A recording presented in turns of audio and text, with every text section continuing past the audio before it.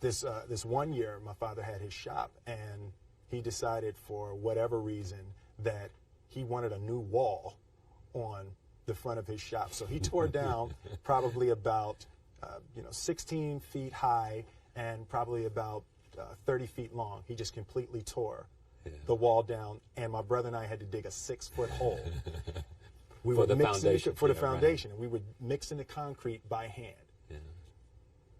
A year and a half. We were building this wall for a year and a half. Every day after school, we were coming, mixing concrete, putting it in the hole, doing it, and it was just myself and my little brother.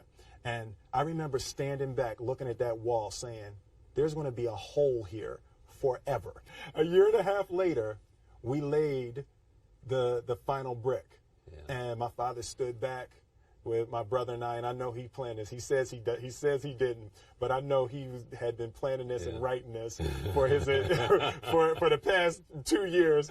But we stood back, we looked at the wall, and he looked at me and my brother and said, "Don't y'all never tell me that you can't do something." And walked into the shop.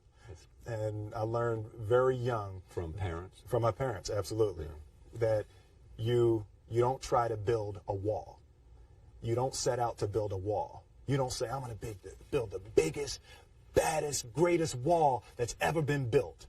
You don't start there. You say, I'm going to lay this brick as perfectly as a brick can be laid. There will not be one brick on the face of the earth that's going to be laid better than this brick that I'm going to lay in this next 10 minutes.